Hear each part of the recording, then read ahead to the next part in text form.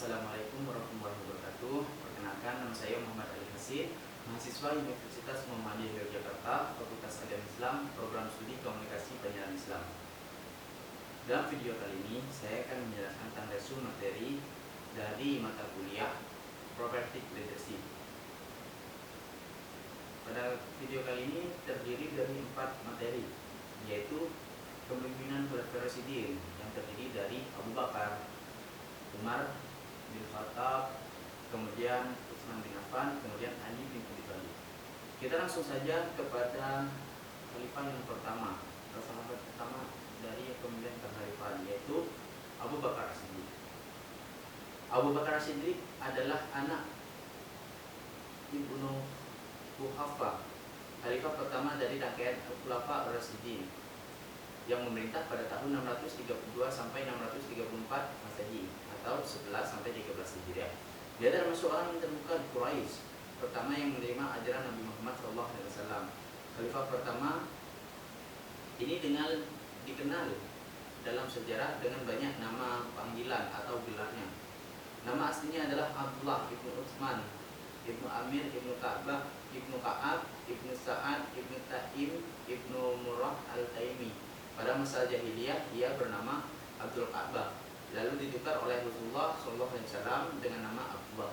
Nama panggilannya adalah Abu Bakar karena sejak awal sekali ia masuk Islam gelarnya adalah As-Siddiq, karena ia amat segera membenarkan Rasulullah SAW dalam berbagai peristiwa, terutama peristiwa Isra Mi'raj. Kemudian proses terpilihnya Abu Bakar menjadi khalifah, yaitu setelah wafatnya Rasulullah SAW terjadi kebingungan di antara umat tentang siapa yang akan memimpin atau akan menjadi khalifah. Akan tetapi pada wafatnya Rasulullah SAW, Rasulullah memanggil Abu Bakar As-Siddiq, kemudian beliau ditunjuk langsung oleh Rasulullah SAW untuk menjadi khalifah.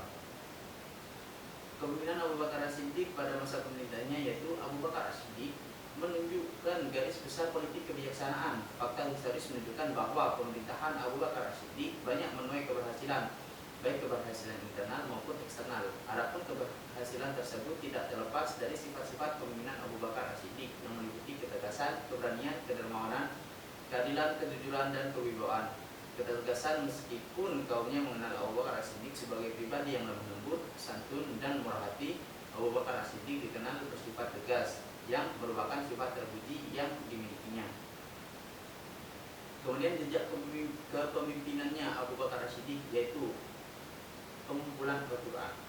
Pada masa kepemimpinan Abu Bakar memerintahkan untuk mengumpulkan dan menyusun seluruh bagian Al-Quran menjadi satu sehingga dapat memudahkan umat Islam. Kemudian pembentukan lembaga peradilan dan lembaga keuangan negara. Sepeninggalan Nabi Muhammad SAW, peran pemimpin semakin kompleks. Fungsi eksekutif, legislatif, dan yudikatif sudah mulai terpecah dan tidak bersifat sentralitis seperti zaman Nabi Muhammad SAW. Berbagai problematika begitu berat yang membuat Abu Bakar As-Siddiq mendelegasikan beberapa fungsi pemerintahan kepada sahabat yang lain. Distribusi fungsi pemerintahan ini bertujuan agar dapat dijalankan secara profesional. Pengendalian fungsi ini kepada sahabat yang lain jelas tidak akan terjadi pada zaman Rasulullah, sebab segala fungsi terkonsentrasi pada satu figur. Namun Abu Bakar Siddiq mengambil jalan tersebut sebagai bentuk beradanya dengan kemaslahatan umat. Kemudian pemberantasan gerakan riddah dan anti zakat. Sewafatnya Rasulullah SAW, banyak suku Arab yang mulai memberontak atas ajaran Islam dan juga enggan membayar zakat. Maka karena itu Abu Bakar Siddiq dengan tegas melawan kaum-kaum tersebut. Kemudian lanjut ke khalifah kedua, yaitu Umar bin Khattab. Umar bin Khattab adalah khalifah kedua yang berkuasa pada tahun 634 sampai 644. Dia juga digolongkan sebagai salah satu Khulafaur Rasyidin. Umar merupakan salah satu sahabat Nabi yang dan juga merupakan ayah dari Hasnah, istri Nabi Muhammad SAW. Umar adalah salah satu dari 10 sahabat yang dijamin masuk surga dan di antara ulama sahabat dan termasuk sahabat yang zuhud. dia mengambil alih kekhalifahan Islam setelah kematian Abu Bakar As-Siddiq pada tanggal 22 Jumadil Akhir tahun 13 Hijriah. Dalam sudut pandang Sunni, Umar termasuk salah satu pemimpin yang hebat dan suri teladan dalam masalah keislaman. Dan beberapa hadis menyebutkan dirinya sebagai sahabat Nabi paling utama setelah Abu Bakar As-Siddiq. Umar memiliki julukan yang diberikan oleh Nabi Muhammad SAW, yaitu Al-Faruq, yang berarti orang yang bisa memisahkan antara kebenaran dan kebatilan. Namun di sisi lain, Umar cenderung dipanggil negatif dalam perspektif Syiah. Nah, pada masa kepemimpinannya, kekhalifahan menjadi salah satu kekuatan besar baru di wilayah Timur Tengah, selain menaklukkan kekaisaran Sasania yang sudah melemah hanya dalam kurun waktu 2 tahun. Umar berhasil mengambil alih kepemimpinannya 2/3 wilayah kekaisaran Romawi Timur. Perluasan wilayah ini juga diikuti sebagai pembaharuan. Dalam bidang pemerintahan dan politik, departemen khusus dibentuk sebagai tempat masyarakat dapat mengadu mengenai para pejabat dan negara. Pembentukan Baitul Mal menjadi salah satu pembaharuan Umar dalam bidang ekonomi. Segala capaian menjadikan Umar sebagai salah satu khalifah paling berpengaruh sepanjang masanya. Sebelum memeluk Islam, Umar adalah orang yang sangat disegani dan dihormati oleh penduduk Mekah. Umar juga dikenal sebagai orang yang sebagai seorang peminum berat. Kemudian beberapa catatan mengatakan bahwa pada saat sebelum memeluk Islam atau pada masa jahiliyah, Umar suka minum anggur. Setelah menjadi seorang muslim, ia tidak menyentuh alkohol sama sekali, meskipun belum ditentukan larangan minum khamr.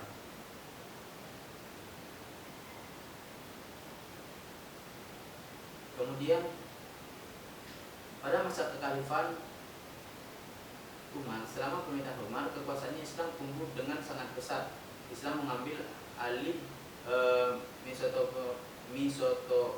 Mesopotamia dan sebagian Persia dari tangan dinasti Sasanid dari Persia yang mengakhiri masa kekaisaran Sasanid serta mengambil alih Mesir, Palestina, Syria, Afrika Utara dan Armenia dari kekaisaran Romawi atau Bizantium. Nah, saat itu ada 2 negara adidaya, yaitu Persia dan Romawi. Namun keduanya telah ditaklukkan oleh kekhalifahan Islam di bawah kepemimpinan Umar bin Khattab. Sejarah mencatat banyak pertempuran besar yang menjadi awal penaklukan ini pada pertempuran Yarmouk yang terjadi di dekat Damaskus pada tahun 636 Masehi. 20.000 pasukan Islam mengalahkan pasukan Romawi yang mencapai 70.000 dan mengakhiri kekuasaan Romawi di Asia Kecil bagian selatan. Kemudian pasukan Islam lainnya dalam jumlah kecil mendapatkan kemenangan atas pasukan Persia dalam jumlah yang lebih besar pada pertempuran Al-Qadisiyah di dekat sungai Efrat. Pada pertempuran itu, jenderal pasukan Islam yakni Sa'ad bin Abi Waqqas mengalahkan pasukan Sasanid dan berhasil membunuh jenderal Persia yang terkenal, Rustam Farhad. Kemudian pada tahun 637 setelah pergempuran yang lama terhadap Yerusalem, pasukan Islam akhirnya mengambil alih kota tersebut. Umar diberikan kunci untuk masuk kota oleh pendeta Sophonius dan diundang untuk sholat di dalam gereja. Umar memilih untuk sholat di tempat lain agar tidak membahayakan gereja tersebut. 5 tahun kemudian, Masjid Umar didirikan di tempat ia sholat. Kemudian kita lanjut ke khalifah yang ketiga, yaitu di sini ada Utsman bin Affan. Utsman bin Affan adalah khalifah ketiga setelah Abu Bakar As-Siddiq dan Umar bin Khattab. Nama lengkapnya adalah Utsman bin Affan bin As bin Umayyah bin Abdul Syam bin Abdul Manaf. Ia lahir di kota Mekah pada tahun ke-6 dari tahun Gajah pada tahun 576 Masehi, kira-kira 5 tahun setelah Nabi Muhammad SAW dilahirkan. Kemudian silsilah keturunan Utsman bin Affan dari bapaknya bertemu dengan silsilah keturunan Nabi SAW pada silsilah kelima, yakni Abdul Manaf. Utsman bin Affan dari pihak ibu bertemu dengan silsilah keturunan Nabi Muhammad SAW pada silsilah ketiga, yakni pada ibu Arwa Baidah binti Abdul Muttalib, bibi dari Muhammad SAW. Utsman bin Affan bisa dipanggil dengan sebutan Abu Abdullah, Abu Amir, atau Abu Laila. Sebutan lain untuk Utsman bin Affan, dan inilah yang termasyhur di kalangan kaum muslimin, yaitu Zu al-Nurain, artinya yang memiliki dua cahaya. Sebutan itu melekat pada diri Utsman bin Affan setelah Nabi mengawinkannya dengan putrinya yang kedua. Putri Nabi yang dikawini Utsman bin Affan pertama adalah Ruqayyah binti Muhammad, dan yang kedua setelah Ruqayyah meninggal dunia adalah Ummu Kulsum. Ketika Ummu Kulsum wafat, Rasulullah SAW menyatakan bahwa sekiranya ia masih memiliki putri ketiga akan ia kawinkan dengan Utsman bin Affan. Begitu mulianya Utsman bin Affan di mata Rasulullah SAW. Beliau pernah bersabda, "Setiap nabi mempunyai teman karib di dalam surga, dan teman karib saya di alam surga adalah Utsman bin Affan."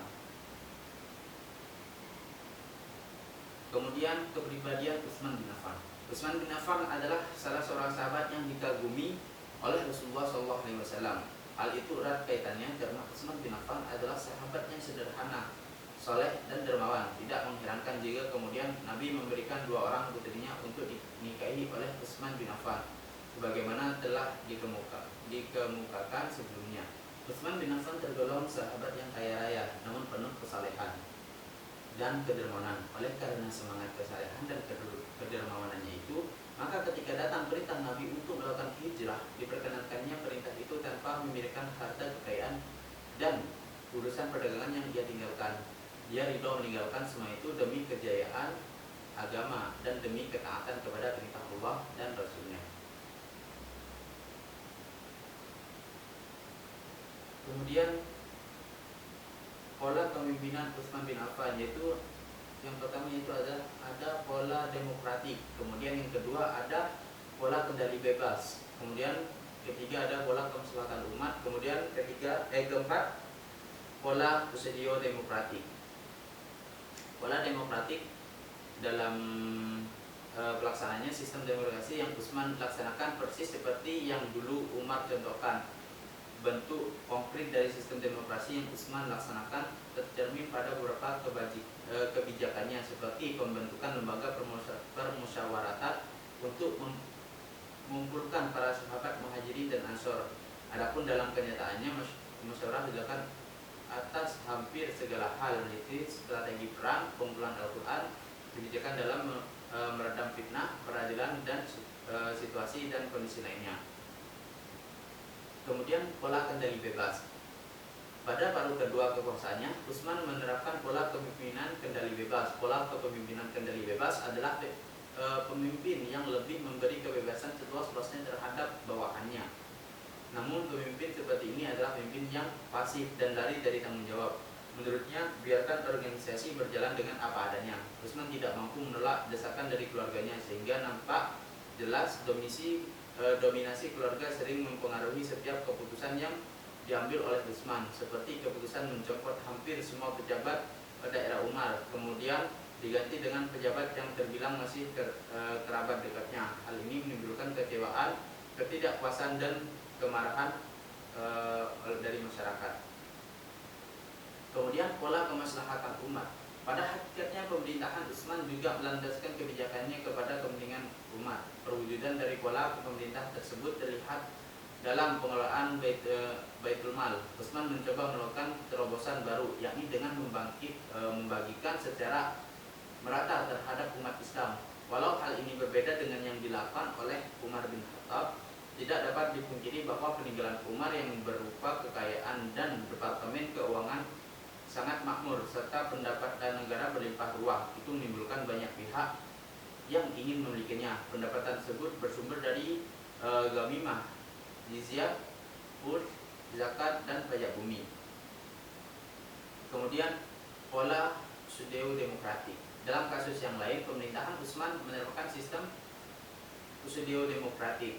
Tipe pemimpin seperti ini pandai untuk menutupi sifat otoriternya dengan musyawarah, seperti dalam pengambilan keputusan. Mereka berpura-pura untuk bermusyawarah dalam pengambilan keputusan, padahal hanya untuk memuluskan kepentingannya saja. pemimpin ini menganut demokrasi semu dan cenderung otoriter, seperti yang dilakukan Utsman terhadap lembaga syura yang dibuatnya.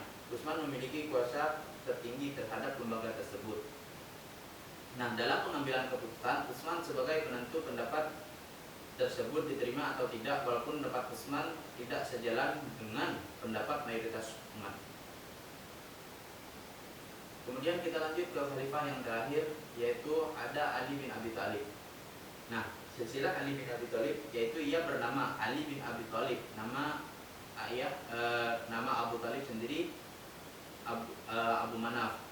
Ibnu Abdul Muthalib namanya adalah Syaibah. Ibnu Hasim yang namanya adalah Am. Ibnu Abdi Manaf namanya adalah Mughirah. Ibnu Qusay namanya aslinya adalah Zaid. Ibnu Kilab, Ibnu Murrah bin Ka'ab, Ibnu Lu'ay, Ibnu Ghalib, Ibnu Fir, Malik, Ibnu Kinanah. Kemudian pengangkatan Ali bin Abi Thalib. Nah, setelah peristiwa pembunuhan Utsman bin Affan di kota Madinah, dilanda ketegangan dan kericuhan, wali kota Madinah Al-Ghafiqi Ibnu Harb mencari-cari orang yang pantas untuk dibaiat sebagai khalifah. Para penduduk Mesir meminta Ali untuk memangku kekhalifahan, namun ia enggan dan menghindar. Rakyat dan para pembesar mengalami kerisuan guncangan yang mereka risaukan, yaitu adalah tidak adanya pemimpin negara dan tidak ada imam. Kemudian ketika itu terjadi pengelompokan masyarakat. Pada satu bagian kaum pemberontak membuat pengumpulan, di bagian lain orang Muhajirin dan Ansor membuat satu kelompok pula, termasuk tabi'in dari kota Madinah.